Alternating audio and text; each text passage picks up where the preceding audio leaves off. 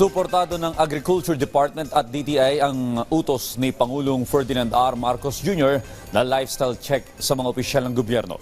Sa gitna pa rin niya ng usapin sa umano'y irregularidad sa flood control projects. Si Vel Custodio sa detalye. Handa ang Department of Agriculture at Department of Trade and Industry na sumailalim sa lifestyle check ang lahat ng opisyal ng mga naturang ahensya bilang hakbang kontra korupsyon. Alinsunod ito sa direktiba ni Pangulong Ferdinand R. Marcos Jr. sa Executive Department kaugnay ng imbestigasyon sa umano'y irregularidad sa flood control projects ng pamahalaan. In my previous occupation as a businessman, sa head, ginagawa ko talaga sa sariling kumpanya ko yun. So I totally welcome it, and that is one good way to catch kung sino man yung, alam nila, may kalokohan.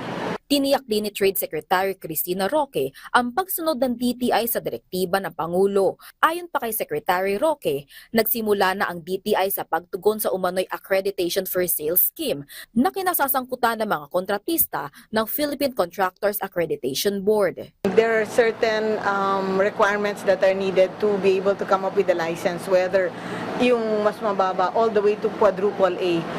We have a hearing now. We're starting already with the hearing, so we cannot give out any information.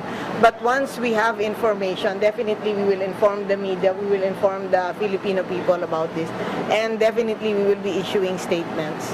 But we are definitely checking now. Vel Custodio para sa Pambansang TV sa Bagong Pilipinas.